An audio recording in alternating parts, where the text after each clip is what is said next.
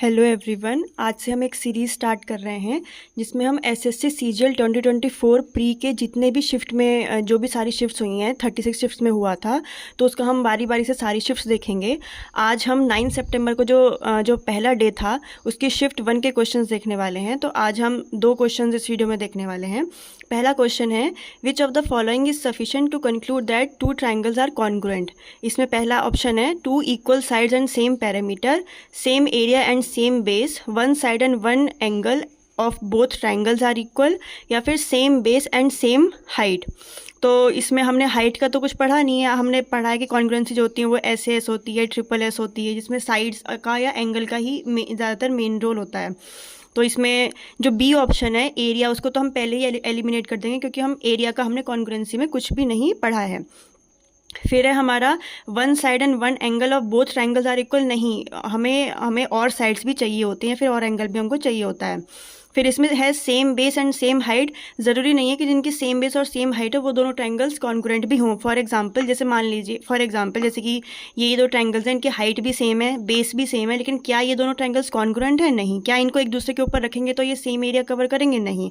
तो इसलिए ये भी नहीं होगा। तो बाकी बचा हमारे पास ऑप्शन ए, जिसमें कहा गया है कि 2 equal side and same parameter. तो हाँ, जब दो साइड्स इक्वल हैं और उनका पैरामीटर भी सेम है, हमें पता है कि पैरामीटर जो होता है वो तीनों साइड्स का सम होता है। तो अगर दो साइड्स इनकी इक्वल है तो थर्ड साइड भी जाहिर सी बात है कि इक्वल ही होगी। तो इस वजह से इसमें ट्रिपल एस लग जाएगी और ये दोनों ट्राइंगल्स कॉन्ग्रुएंट हो जाएंगे।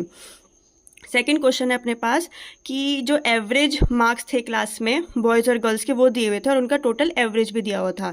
तो बॉयज़ का एवरेज था 75 उनके पास होने का, बॉयज़ के पास होने का, और गर्ल्स के पास होने का था 80, और उनका टोटल क्लास का जो एवरेज था वो 78 था। तो हमें बॉयज़ और गर्ल्स का रेशियो फाइंड करना था। तो इस टाइप के क्वेश्चन में हम डेविएशन का यूज़ कर सकते हैं। जैसे कि बॉयज़ हैं और इधर गर्ल्स हैं, तो बॉयज़ 75 पास हुई, गर्ल्स 80 पास हुई, उनका जो एवरेज था वो ये था। तो जो 78 है जो टोटल एवरेज है, इससे हम कंपेयर करेंगे कि 75 कितना कम है या फिर कितना ज़्यादा है।